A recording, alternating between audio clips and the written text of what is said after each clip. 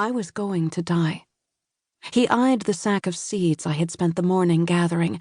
In my haste and terror, I had dropped it, and seeds had spilled out between the boulders.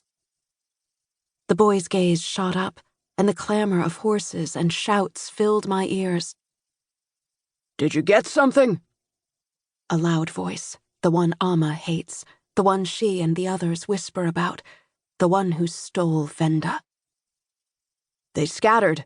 I couldn't catch up," the boy called. Another disgusted voice. "And nothing was left behind?"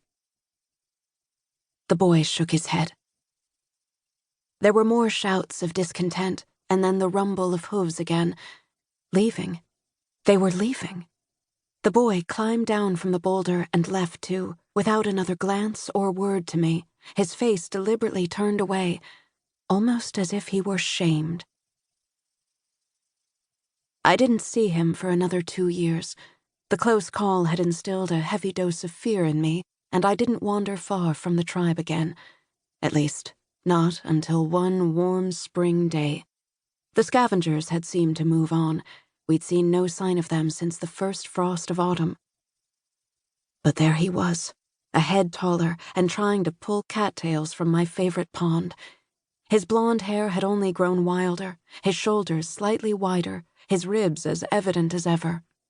I watched his frustration swell as the stalks he pulled broke off one after another, and he came up with only worthless pieces of stems. "You're impatient." He spun, drawing his knife. Even at the tender age of 10, I knew I was taking a risk exposing myself. I wasn't even sure why I did it, especially once I saw his icy blue eyes, feral and hungry like a wolf's. There was no recognition. "Take your boots off," I said. "I'll show you."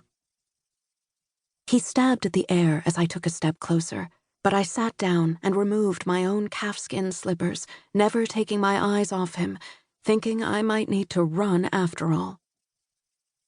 As his fear receded, so did his wild, glassy gaze, and recognition finally spread across his face. I had changed more than he had in 2 years. He lowered his knife. "You're the girl between the boulders."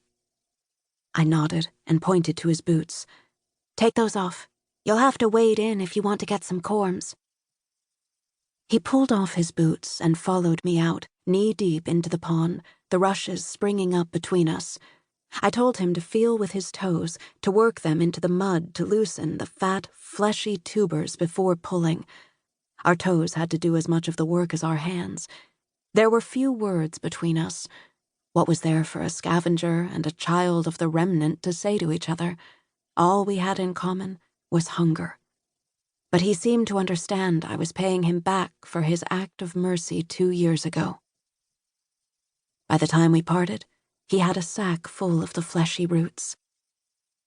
"This is my pawn now," he said sharply as he tied the sack to his saddle.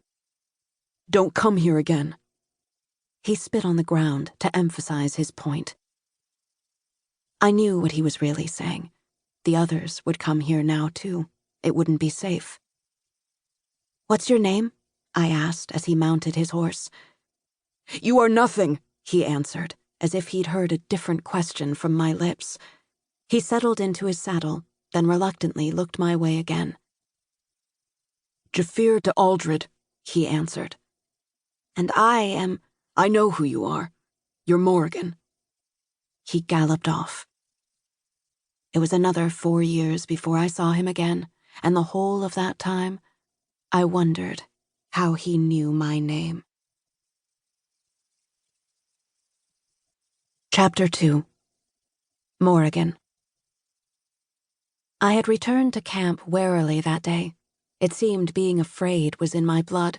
It kept me ever aware, but even at 10 years old, I was weary of it. From an early age, I had known we were different.